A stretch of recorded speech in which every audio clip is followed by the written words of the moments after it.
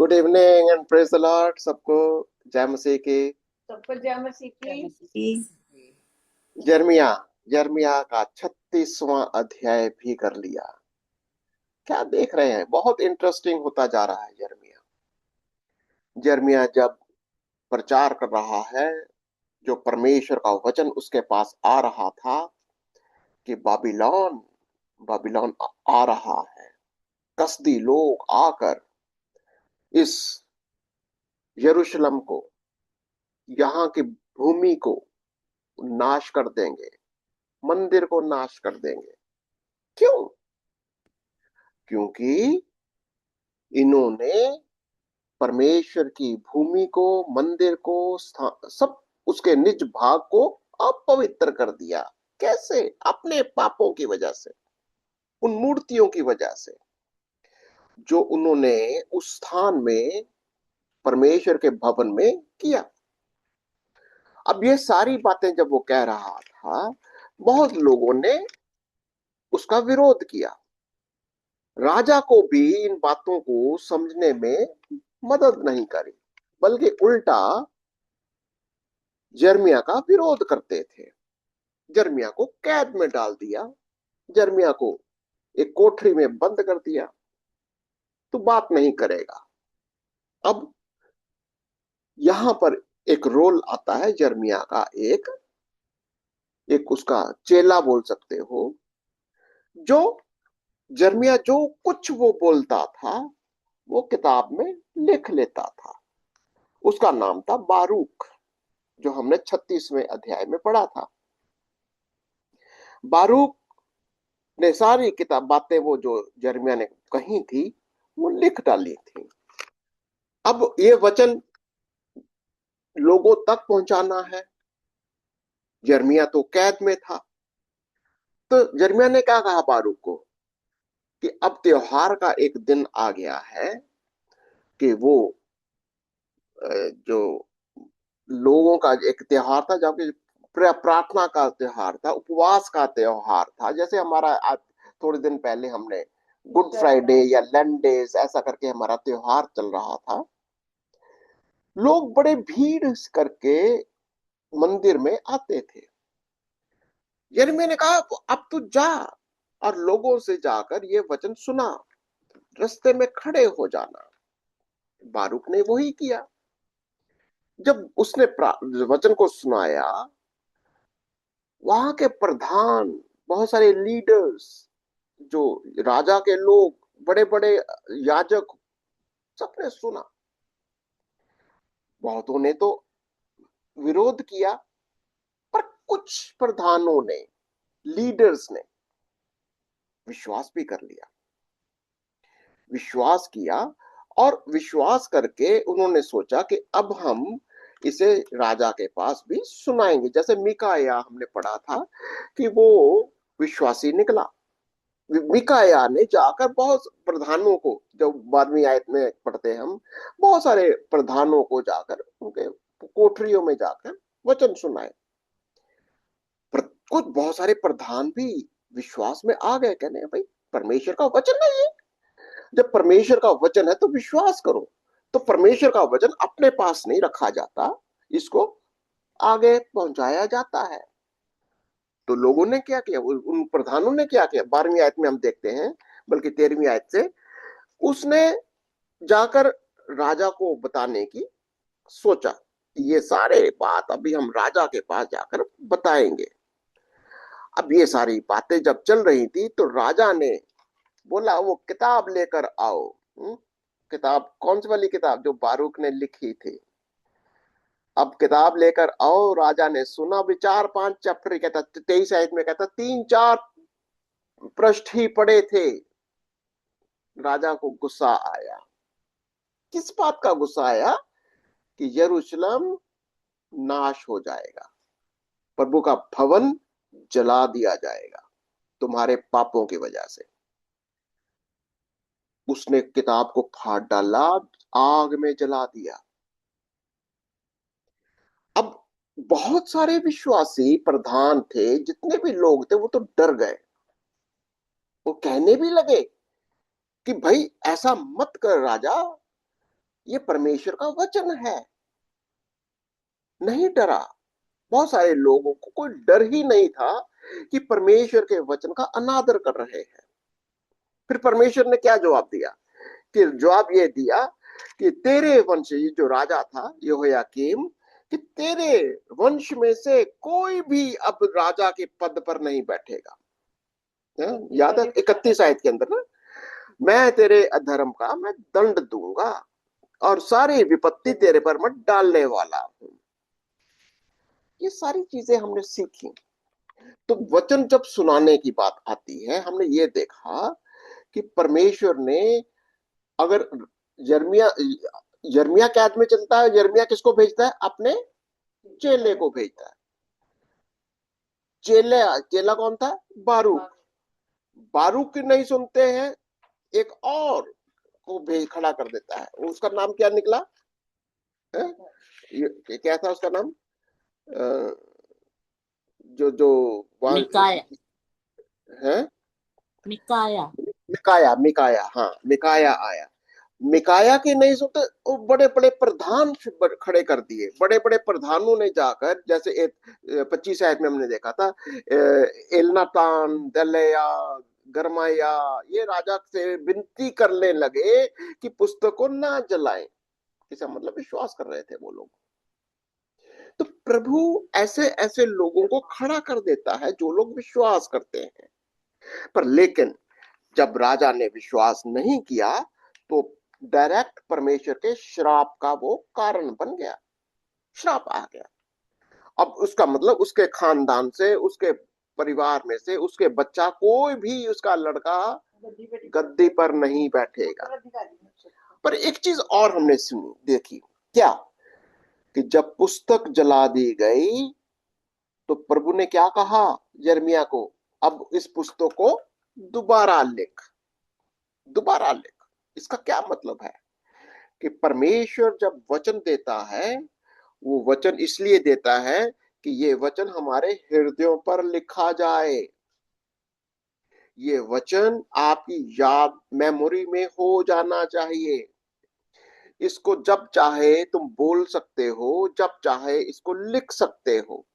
ये वचन तुम्हारे अंदर से, दिल से निकलना चाहिए, जो परमेश्वर ने तुमसे बातें करी है।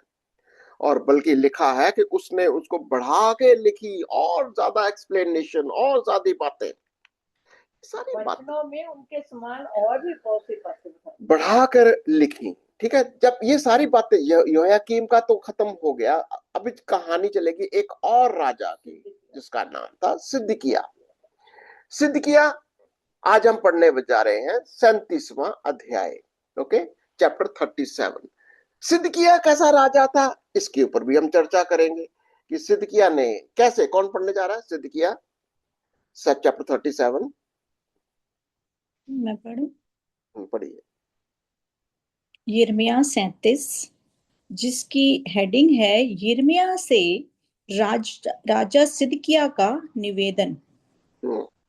यहोयाकीम के पुत्र कोन्याह के स्थान पर योशिय्याह का पुत्र सिदकिय्याह राज्य करने लगा, क्योंकि बेबीलोन के राजा नबूकदनेस्सर ने उसी को यहूदा देश में राजा ठहराया था। ठीक है, अब अब क्या हो गया था कि सिदकिय्याह पहले, किसको पहले राजा ठहराया था? ये यहोयाकीम के पुत्र, क्या था उसका नाम? इसको इसको यहोयाकीन भी कहते हैं, म की जगह ना है? वैसे भी ये कहते हैं, कोन्याह भी कहते हैं। पर ये कहीं ना सिर्फ 3 महीने के लिए था। अगर आप इसको पढ़ेंगे तो दूसरा इतिहास 36 का 10 में लिखता है ये, कि ये बेचारा 3 महीने के लिए था और उसने विद्रोह कर दिया और उसको पकड़ कर ले गया। तो यानी अब यहूदा क्या बन गया था? अंग्रेजी में बोलते हैं एक वासल बन गया। वासल का मतलब बस एक एक तुमने ये जो यिर्मयाह है, सॉरी, यहूदा, ये देश बाबिलोन का एक, कहेंगे एक स्टेट बन गया।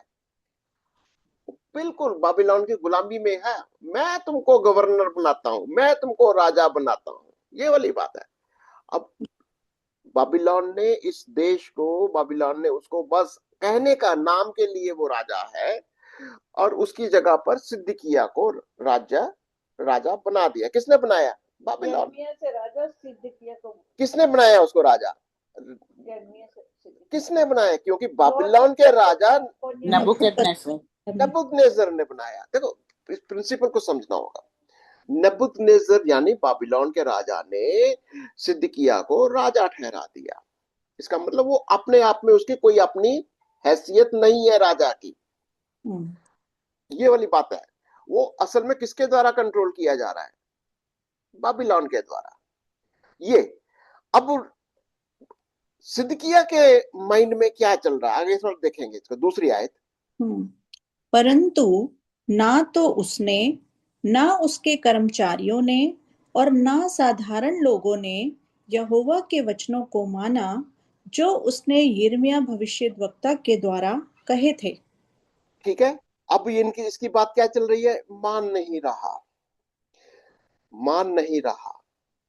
ना ही इसके कर्मचारी, ये कर्मचारी क्या थे? वो सारे के सारे जितने भी भविष्यद्वक्ता बने हुए थे, जितने भी प्रधान बने हुए थे, जो हमने ऑलरेडी पढ़े हैं पिछले चैप्टर के अंदर। अब क्या कह रहे था वो? सिदकिय्याह ने क्या कहा? सिदकिय्याह राजा ने शलेम्याह के पुत्र यहूकल और मासेयाह के पुत्र सपन्याह याजक को यिर्मयाह भविष्यद्वक्ता के पास ये कहला के भेजा, हमारे निमित्त हमारे परमेश्वर यहोवा से प्रार्थना कर। क्या चाहता है ये प्रार्थना में? अभी ऑलरेडी तुम लोग बाबिलोन की गुलामी में जा चुके हो। बाबिलोन के राजा नबूकदनेस्सर ने सिदकिय्याह को एक नाम का, जस्ट नाम के वास्ते राजा ठहराया। तुम गुलामी में जा चुके हो। अब ये चाह क्या रहा है अभी? कि यिर्मयाह, तू प्रार्थना कर कि हमें इसकी गुलामी से, इसके कंट्रोल से हमको बचा ले। क्या यिर्मयाह क्या प्रार्थना, क्या उनसे भविष्यवाणी कर रहा है? तुमको जाना ही पड़ेगा, तुमको बाबिलोन की गुलामी में जाना ही पड़ेगा। अब ये लोग दुआ क्या करवाना चाहते हैं? पास्टर इसमें ये लाइन लिखिए कि हमारे निमित्त हमारे परमेश्वर यहोवा से प्रार्थना कर। तो वो तो परमेश्वर को मानते नहीं थे, फिर उन्होंने ये क्यों लिखा हमारे परमेश्वर? देख, वो परंपरा वाइज तो मानते हैं ना, परंपरा में तो है। अच्छा, परंपरा, देखो, ये परमेश्वर को मानना, जैसे कल हमने इस चीज को समझा है, परंपरा के साथ में विश्वास करना। परंपरा कहने को तो परमेश्वर यहोवा की बातें करते हैं, प्रार्थनाएं भी करते हैं, पर प्रभु के वचनों को नहीं मानते। हाँ वही तो। जब यहोवा कह रहा है कि मैं तुम्हें बाबिलोन की गुलामी में भेज रहा हूं, तुम चुपचाप चले जाओ, अधीनता में चले जाओ, नहीं मान रहे। अभी भी देखिए, यही इसी को परंपरा की बातें आती हैं। कई बार हम परमेश्वर के वचन को समझते हैं, जानते हैं कि प्रभु क्या कह रहा है, फिर भी कहते नहीं, प्रार्थना कर कि प्रभु हमें इससे बचा ले। ये परंपरा बिल्कुल वही वाली बात है कि कई बार हम प्रभु की इच्छा को भी जानते हैं, वचन को भी जानते हैं। जैसा यिर्मयाह, उसका दास, प्रभु का दास कह रहा है कि तुमको गुलामी में जाना ही पड़ेगा। नहीं, दुआ कर, तेरी दुआ सुनी जाएगी। कई बार होता नहीं, हम भी ढीठ हो जाते हैं। जब प्रभु आपको कुछ कह रहा है, परमेश्वर की योजना है, आपको पता है, पर लेकिन नहीं, आप फिर भी दुआ कराना चाहते हो कि हमारे लिए प्रार्थना कर। ये देखो, इसी आपको याद है जब हम पहले यिर्मयाह के 7:16 में पढ़ते थे कि प्रभु ने क्या कहा था? इनके लिए प्रार्थना मत करना। क्यों? ये ढीठ है, क्योंकि प्रभु इनसे बार बार कह रहा था कि भाई तुमको गुलामी में जाना पड़ेगा, पर तुम लोग जाना भी नहीं चाहते। यहां पर तो गुलामी में जा ही चुके हैं। उसने तो राजा को नियुक्त भी कर दिया, सिदकिय्याह को राजा भी नियुक्त कर दिया, अभी भी दुआ करवाओ। अरे यिर्मयाह, तू दुआ कर। तो अब एक चीज और देखिए आपने, बहुत सारे लोग यिर्मयाह का विरोध भी कर रहे हैं। इसका मतलब उसके अंदर का सर्कल जो है, जो झूठे भविष्यद्वक्ता हैं, झूठे लोग हैं, यिर्मयाह का विरोध कर रहे हैं, उसको कैद में भी डाल रहे थे। अब राजा के अंदर क्या चल रहा है, उसके माइंड के अंदर चल रहा है, यिर्मयाह से प्रार्थना भी करवा लेते हैं। यिर्मयाह तो दुआ भी कर कि हमको बाबिलोन से छुटकारा भी मिल जाए। कितना डबल स्टैंडर्ड। इसी को परंपरा कहते हैं, इसी को कहते हैं वो रीति रिवाज। सिंपल अपने लोगों की बातों, लोग उसके लोग क्या कहेंगे, कहते हैं ना, चार लोग क्या कहेंगे। ये चार लोग उसके साथ थे जो उसके हमेशा उसका विरोध करते हैं। और धीरे धीरे या चुपके चुपके वो भविष्यद्वक्ता यानी यिर्मयाह से कहते हैं, जाके अब हमारे लिए प्रार्थना कर। ठीक है, तब क्या हुआ, चौथी आयत। उस समय यिर्मयाह बंदी गृह में ना डाला गया था और लोगों के बीच में आया जाया करता था। ठीक है, अब उस क्या चल रहा था वहां पर। उस समय फिरौन की सेना चढ़ाई के लिए मिस्र से निकली। तब कसदी जो यरूशलेम को घेरे हुए थे उसका समाचार सुनकर यरूशलेम के पास से चले गए। अब सीन क्या चल रहा था, अब भी ये सोचते थे कि बाबिलोन जो हमारे के ऊपर इतना रोब डाल रहा है, हमें कहता है तुम राजा बन गए, तेरे को मैं बैठाता हूँ, ये वो सब कुछ कर दिया उसने। इन्होंने किसकी मदद लेनी शुरू कर दी, मिस्र की।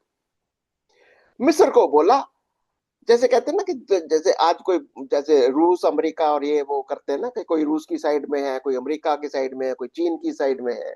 उन दिनों में मिस्र बहुत बड़ा राजा था, मिस्र का। इन्होंने सोचा कि बाबिलोन से बचने के लिए मिस्र के साथ चले चलते हैं। अब मिस्र के ने अटैक भी कर दिया। कैसे, यरूशलेम को घेर लिया। अब जब मिस्र ने घेर लिया तो बाबिलोन की फौज, जो भी वहां के उनके फौजी होंगे, इन्होंने घेरा हुआ था, मिस्र की फौज आ गई। उन्होंने थोड़ा पीछे हट गए, वे लड़ाई नहीं करी, या करने वाले जो भी उनकी योजना हो गई। अब मिस्र की फौज आ गई तो बाबिलोन वाले थोड़ा पीछे हट गए। तब क्या होता देखो जरा, फिर क्या उस समय क्या हुआ, फिरौन ने की सेना ने चढ़ाई करके मिस्र से निकली। तब कसदी जो यरूशलेम को घेरे हुए थे उसका समाचार सुनकर यरूशलेम के पास से चले गए, यानी पीछे चले गए। कोई बात नहीं, ओके, आगे फिर क्या हुआ। तब यहोवा का ये वचन यिर्मयाह भविष्यद्वक्ता के पास पहुंचा। हाँ, इज़राइल का परमेश्वर यहोवा यूं कहता है, यहूदा के जिस राजा ने तुमको प्रार्थना करने के लिए मेरे पास भेजा है, उससे यूं कहो, देख, फिरौन की जो सेना तुम्हारी सहायता के लिए निकली है वह अपने देश मिस्र में लौट जाएगी। ठीक है, ये जो जो फिरौन की सेना यानी मिस्र की सेना तुम्हारी मदद के लिए आई है। बिल्कुल वही आज का देखो सीन चल रहा है, आज का सीन है यही। कई बार एक देश अपनी सुरक्षा के लिए किसी दूसरे देश की सेना को बुला लेता है। उसने मिस्र को बुलाया, किससे बचने के लिए, बाबिलोन से बचने के लिए। तो प्रभु का संदेश आया, ये मिस्र तेरे को बचा नहीं सकेगा। ये मिस्र आया तो है, इसको जाना पड़ेगा। ये वाली भविष्यवाणी हो रही थी। उसने बोला कि फिरौन जो की सेना तुम्हारी सहायता के लिए निकलती है वह अपने देश मिस्र में लौट जाएगी। ठीक है, भविष्यवाणी कर दी, उसको बोल दिया कि इससे तेरे को कुछ होने वाला नहीं है। और कसदी क्या करेंगे, 8वीं आयत। फिर वापस आकर इस नगर से लड़ेंगे, वे इसको ले लेंगे और फूंक देंगे। ठीक है, तो ये तुम्हारे माइंड के गलत फहमी निकाल दो कि तुम मिस्र से सहायता मांगोगे और मिस्र आकर तुम्हारे लिए लड़ेगा और मिस्र तुम्हें बचा लेगा। पर वो कहता नहीं, बाबिलोन आएगा, बाबिलोन आएगा और तुम्हारे देश को, तुम्हारे भवन को, तुम्हारे मंदिर को वो फूंक डालेगा। ठीक है, और प्रभु क्या कहता है, यहोवा यो कहता है। वह हाँ, यूं कहता है, ये कहकर तुम अपने अपने मन में धोखा ना खाओ। हम्म, कसदी हमारे पास से निश्चय चले गए हैं, क्योंकि वे चले नहीं गए। ठीक है, इनके माइंड में क्या चल रहा था? क्योंकि मिस्र की फौज आई तो कसदी फौज, देखो कई बार मिलिट्री वाले क्या करते हैं कि थोड़ा सा पीछे हट जाओ, एकदम से अटैक ना करो, थोड़ा पीछे हट। अभी आज भी देखो ना, ईरान की लड़ाई चल रही है, कभी अमेरिका वाले आगे बढ़ जाते हैं, कभी पीछे हट जाते हैं, कभी आगे। ये एक मिलिट्री टेक्निक्स होती है, एकदम से आगे अटैक नहीं करना। अब बाबिलोन वाले अटैक तो करना चाहते हैं, उनको कब्जा किसका लेना है? जेरूशलेम का लेना है। अभी मिस्रियों से थोड़ा ना लड़ना है कोई। अब मिस्रियों को हैंडल करने के लिए कुछ और टेक्निक देखेंगे। अब वो कहते हैं मिस्री लोग जो थे वो आकर कहते वो तुम्हारे पास आए, और बाबिलोन वाले पीछे हट गए। कहता है गलतफहमी में मत रहना, वो फिर आएंगे, वो तुम्हारे को फिर कब्जा करेंगे। क्योंकि देखो, पढ़ो जरा आगे।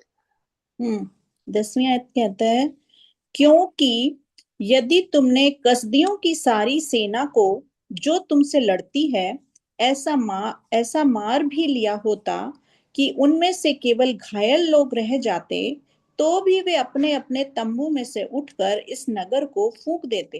यानी प्रभु ने अगर किसी देश को, अगर किसी को अथॉरिटी दे दी है, जैसे बाबिलोन को अथॉरिटी दे दी है कि तुम इस देश पर कब्जा कर लो, अब वो कहता है उसके जो घायल लोग होंगे ना, वो भी तुमको जला डालेंगे। ये ये परमेश्वर की योजना है। अब ये सारी चीजों से क्या हो रहा था कि अब बाबिलोन की फौज थोड़ी सी पीछे हट गई थी। अब और जो मिस्र की सेना है वो घेरे हुए है, कैसा उनका प्रभाव सा दिखाई दे रहा था। अब क्या हुआ? हम्म आगे 11वीं आयत, जिसकी हेडिंग है यिर्मयाह की कैद और उसका छुटकारा। हम्म जब कसदियों की सेना फिरौन की सेना के कारण यरूशलेम के पास से कूच कर गई, हम्म तब यिर्मयाह यरूशलेम से निकलकर बिन्यामीन के देश की ओर इसलिए जा निकला कि वहां से और लोगों के संग अपना अंश ले। क्या हो गया? सीन क्या चल रहा है अभी कि बाबिलोनियन की फौज जो थी, अभी उन्होंने अपना प्रेशर कम कर दिया। अब उन्होंने घेराबंदी थोड़ी कम कर दी, क्योंकि उधर से मिस्री लोग अटैक कर रहे थे या आक्रमण करने के लिए आ रहे हैं। बाबिलोन की फौज ने थोड़ा अपना हाथ हल्का कर लिया, पीछे हट गए। तो इसका मतलब देश के अंदर थोड़ी शांति, थोड़ी सी शांति हुई। उसका उनकी तलवार चलना, वो मार काट कम हो गया, खत्म ही हो गया, क्योंकि मिस्री लोग आ चुके थे। अब उस शांति है। अब यिर्मयाह ने सोचा, अब ये जो जमीन का टुकड़ा मैंने खरीदा है, थोड़ी जाकर कब्जा कुब्जा ले लेते हैं। ठीक है, क्यों? अच्छा, अभी आप मुझे बताइए कि यिर्मयाह को अपनी जमीन के टुकड़े की क्यों चिंता पड़ी हुई थी? बाबिलोन ने तो कब्जा कर ही लिया, ये देश तुम्हारा रहा ही नहीं, पता नहीं अब क्या होने जा रहा है। तुमको इस देश की, जो तुमको एक जमीन का टुकड़ा तुमने खरीदा था, तुमको उसके ऊपर जाने का क्यों क्यों तुम्हारे माइंड में आ रहा? पढ़ो जरा 12वीं आयत को। तब यिर्मयाह यरूशलेम से निकलकर बिन्यामीन के देश की ओर इसलिए जा निकला कि वहां से और लोगों के संग अपना अंश ले। अपना अंश क्या था? उसका जमीन का टुकड़ा, जो जमीन का टुकड़ा उसने खरीदा था। याद हमने पढ़ा था 32वें अध्याय के अंदर, यिर्मयाह ने एक खेत खरीदा था, एक हम्म, जमीन का टुकड़ा खरीदा था। बारूक को बोला था, वो सारा दस्तावेज दे दिया था। याद है वो? हम्म, यिर्मयाह 32 पढ़ लो नहीं तो। हाँ तो हाँ। अब उसने सोचा कि इस, अच्छा अब भी मैं ये सवाल कर रहा था कि यिर्मयाह ने ऐसा क्यों सोचा कि मैं अपने जमीन के टुकड़े को एक बार थोड़ा सा हिसाब किताब, डॉक्यूमेंट्स को अपने हाथ में कर लूं, जाकर देख लूं। क्यों? क्योंकि वहां के शायद लोगों को भी उसे लेना था, वहां के लोग। हाँ, यानी एक चीज है ना, देखो वो भविष्यद्वक्ता है, वो समझाना क्या चाह रहा है कि ये जमीन पर हम वापस लौटेंगे।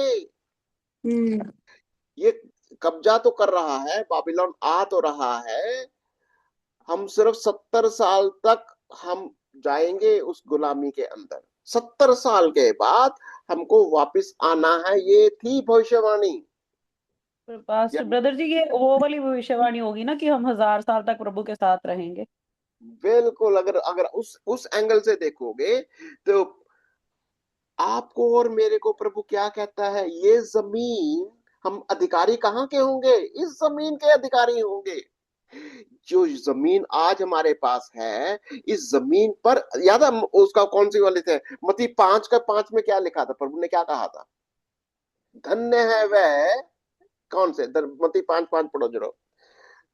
जो धन्य, मत्ती 5 और उसकी 5, कौन धन्य लोग है वे अधिकारी? जो जो नम्र हैं, क्योंकि वे पृथ्वी के अधिकारी होंगे। आपको पृथ्वी के अधिकारी बनना है। ये जमीन का टुकड़ा, आज जो जमीन आपके पास है, अनंत काल के लिए ये पृथ्वी तुम्हारे लिए है। पृथ्वी के अधिकारी होगे। मुझे कुछ लोग कहते हैं जी स्वर्ग में चले जाएंगे। ये स्वर्ग में, हमारा स्वर्ग में नहीं है, ये जमीन पर राज्य करना है हमने। 1000 साल तक इस जमीन पर राज्य करना है। इस जमीन को ही वो नई जमीन बनाएगा, नई जमीन, और यहीं पर राज्य करना है, यहीं के अधिकारी होना है हमको। पास्टर जी, जैसे बोलते हैं कि कलयुग जाएगा और सतयुग आएगा। बिल्कुल, ये जो नया जमीन, नया आसमान, ये भविष्यवाणी है कि यहाँ पर वो, हम जो रह रहे हैं, यहीं पर अनंत जीवन है, और कहीं नहीं है। इधर, यहाँ पर यिर्मयाह का माइंड, उसका उसका जो विश्वास बिल्कुल क्लियर है, ये जमीन का टुकड़ा, यहीं पर मैं वापस आऊंगा, हमेशा की जिंदगी मैंने यहीं पर रहना है। कितने लोगों को ये बात समझ में आती है? जैसे 32 के 44 में मैं पढ़ रही थी कि वहां लिखा है, और बिन्यामीन के देश में, यरूशलेम के आसपास और यहूदा देश के अर्थात पहाड़ी देश, नीचे के देश और दक्षिण देश के नगरों में लोग गवाह बुलाकर खेत मोल लेंगे। तो लोग हम्म गवाह बनेंगे, वही लोग गवाह बनेंगे। हम्म देखिए, परमेश्वर आपको, अगर देखो, उनको बोला था यरूशलेम में निकलो बाहर, क्योंकि उसको यरूशलेम को शुद्ध करना है, इस जमीन को शुद्ध करना है उसको। उसके 70 साल की, उसकी जो, उसको शुद्धिकरण का जो उसका समय था, उसको शुद्ध करना है, उस उजाड़ कर रहे हैं, फिर उसको फलवंत करेगा। क्योंकि इसमें कहता है, क्योंकि मैं उनके दिनों को लौटा ले आऊंगा, हम्म यहोवा की बात। हम्म बिल्कुल बिल्कुल बिल्कुल, परमेश्वर के काम करने का तरीका यही है।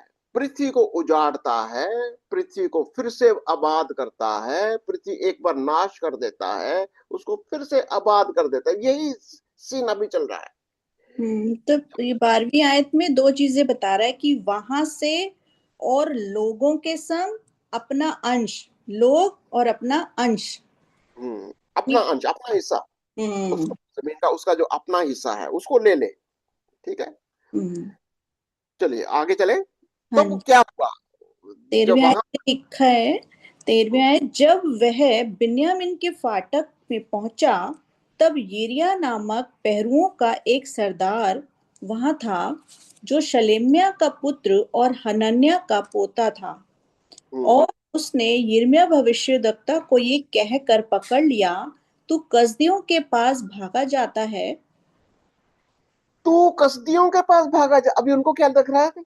अभी तो मिस्र वाले आए हुए हैं, अब तो मिस्र ने घेरा डाल रखा है, बाबिलोनियन तो भाग गए। जैसे लग रहा है ना, जैसे हम तो बाबिलोन से थोड़ी सी जयवंत होते जा रहे हैं। अब तू तो बाबिलोनियन को खबरी है, तू तो बाबिलोनियन का चमचा है, तू उनके पास भाग रहा है। ये तो उसको पकड़ लिया।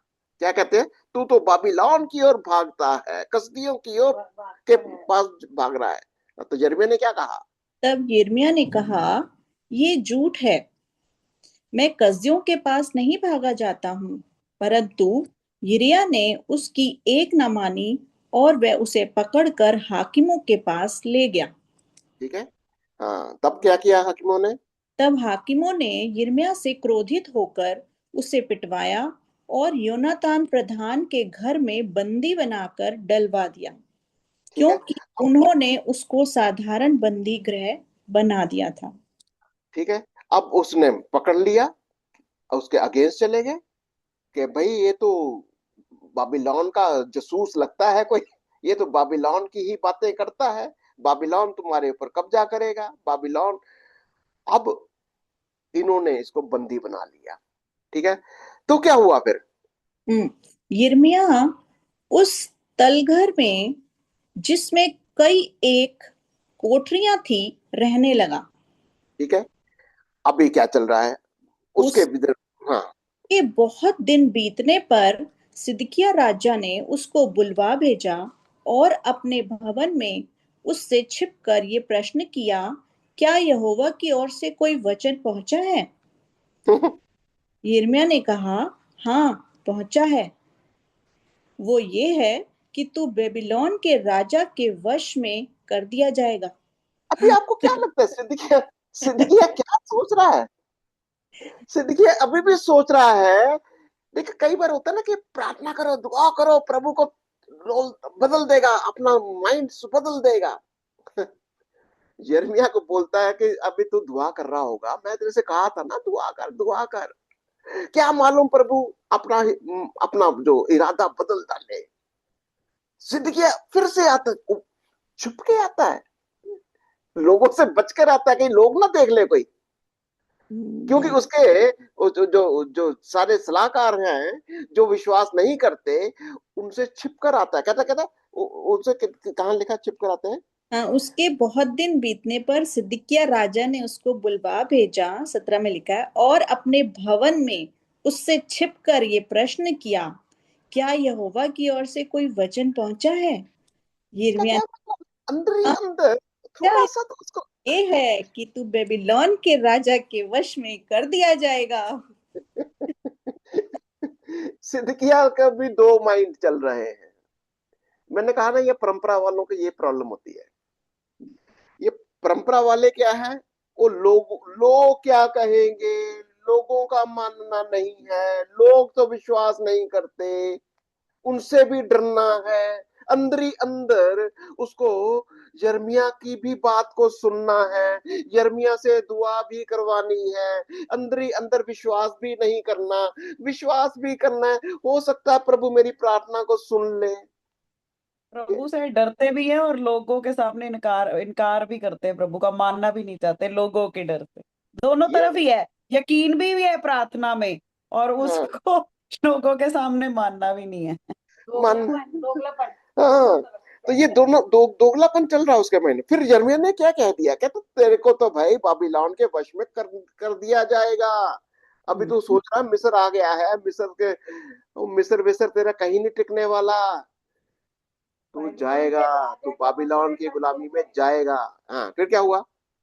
फिर यिर्मयाह ने सिदकिय्याह राजा से कहा, मैंने तेरे कर्मचारियों का व तेरी प्रजा का क्या अपराध किया है कि तुम लोगों ने मुझको बंदी गृह में डलवाया है?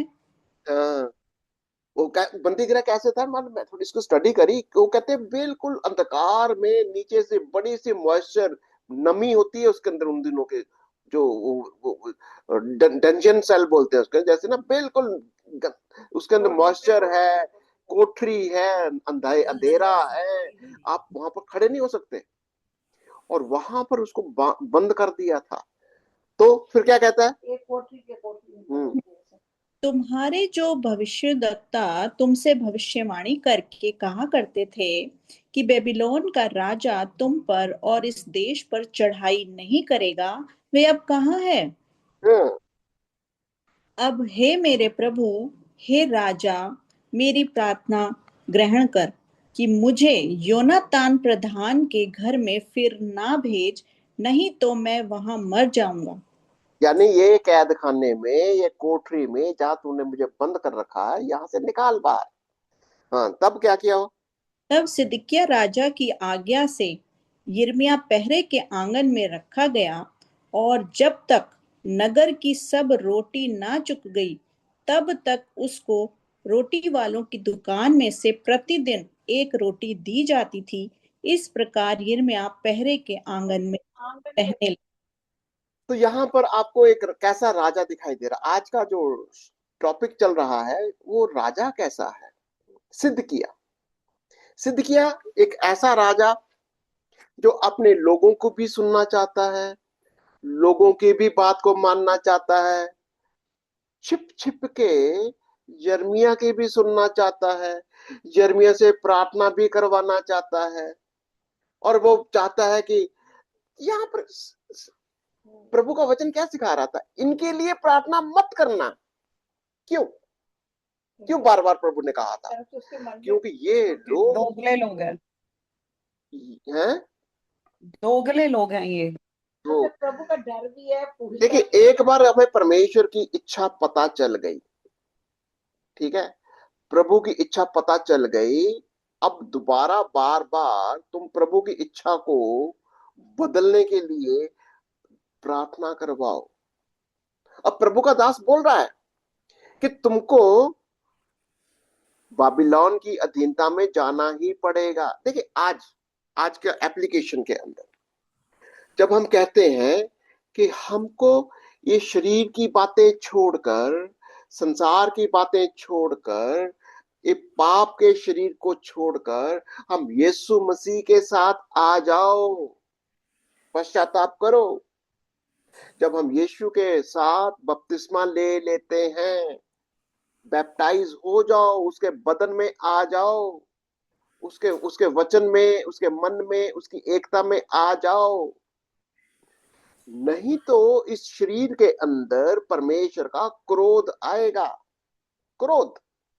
प्रभु आज भी इस शरीर के काम जहां भी होते हैं, जहां भी शरीर के काम होते हैं, परमेश्वर का क्रोध है।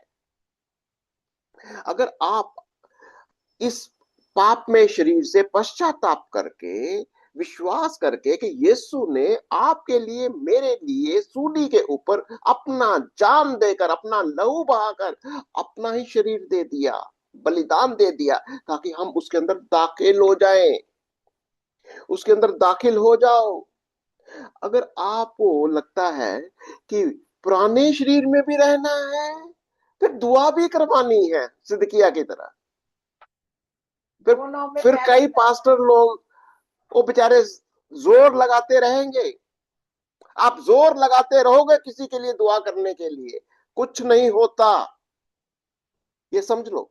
मन नहीं बदलना ना उनका। अगर आपको पश्चाताप नहीं करना, यीशु मसीह को ग्रहण नहीं करना, उसके बदन में दाखिल नहीं होना, उसके बैप्टिज्म में नहीं आना, उसके वचन को नहीं ग्रहण करना, जितनी मर्जी दुआ करवा लो, और यिर्मयाह जैसे लोग प्रार्थना भी नहीं करेंगे।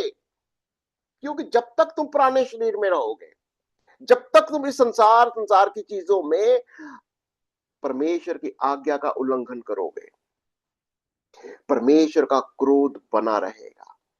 ये जरूरी है कि हम इन संसार की चीजों से पश्चाताप करें।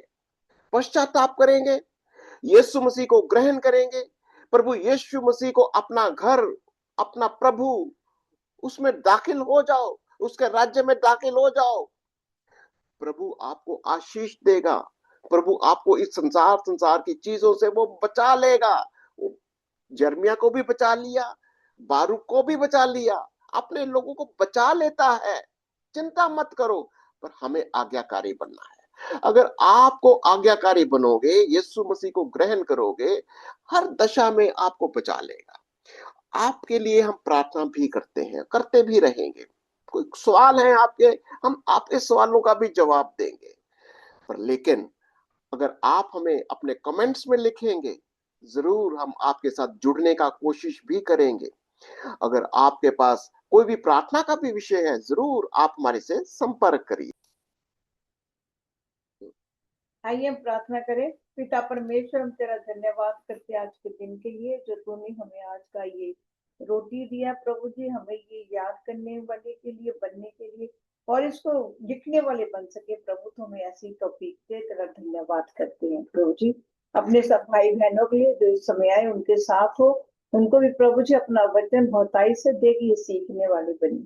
प्रार्थना करते हैं अंजू के लिए प्रभु, आपने से ताकत दी, सेहत दी, अपनी बेटी को फिर से खड़ा किया, तेरा धन्यवाद करते प्रभु जी। वो तेरी बेटी है, तो उसके साथ हो, हर एक बदी से, हर एक गुनाह से प्रभु जी, हर एक दर्द से, तकलीफ से, जो कुछ भी है प्रभु जी, शैतान की देखी अनदेखी ताकतों से इसे बचाए रखना।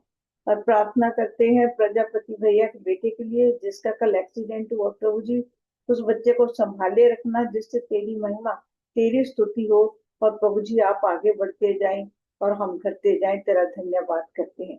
प्रार्थना करते प्रभु जी तेरे दास के लिए, अपने दास को सेहत दे, तंदुरुस्ती दे। और प्रभु तेरा दास तेरी सेवा करता रहे जब तक प्रभु जी आपने इस दुनिया में रखा, तेरा धन्यवाद करते प्रभु जी। और रोहन के लिए प्रभु जी आपने उसे चुना है, वो तेरा बेटा है प्रभु से और आगे बढ़ा, कि तेरा वचन फैलाने में सुनने में आगे रहे। तो यही एक नौजवान की एज है प्रभु जी, तो तेरी ओर लग गया है प्रभु, तेरा धन्यवाद करती हूँ। प्रभु जी तेरा धन्यवाद करे, तेरी महिमा करे। प्रार्थना करते इजराइल के लिए प्रभु जी, इस समय उनके ऊपर बहुत ही विपदा की घड़ी है प्रभु, पर तू उनकी साथ खड़ा है। जब यीशु जिस सौर कुछ नहीं हो सकता प्रभु जी, प्रभु जी तूने कहा यहोवा ही तुम्हारा लड़ाई करेगा प्रभु, तू उनके साथ है, तू उनको आगे बढ़ा और हर एक बदी से घटनाएं से बचाए रखना।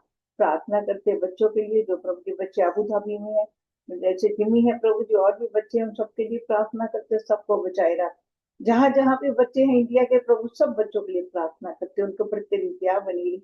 हर एक माँ बाप की चिंता बच्चों की ओर लगी हुई प्रभु, पर तू उनको संभालेगा और तू उनको सही सलामत अपने घरों में लेके आएगा। तेरा धन्यवाद करते, तेरी महिमा तेरी स्तुति करते। वीना के लिए प्रार्थना करती प्रभु जी, वीना की जो कि बैक में पेन है, उसको चक्कर आता, उसको सेहत दे, तंदुरुस्ती दे, अपने सीधा हुआ हाथ बढ़ा कि वो बेटी चंगी हो जाए प्रभु, तेरा धन्यवाद करते हैं। और उसके ऊपर अपना वो हाथ बढ़ा प्रभु, कभी भी बीमार पड़ने ना पाए, तेरी सेवा करने पाए, जिससे तेरी महिमा तेरी स्तुति हो। हर एक को तेरे हाथ में देखना, तो सबके साथ हो, तेरी महिमा करे, तेरी स्तुति करे, मानते यीशु मसीह के नाम से आमीन। आमीन एंड आमीन। प्रभु आपको बहुत आशीष और बरकत दे। आमीन।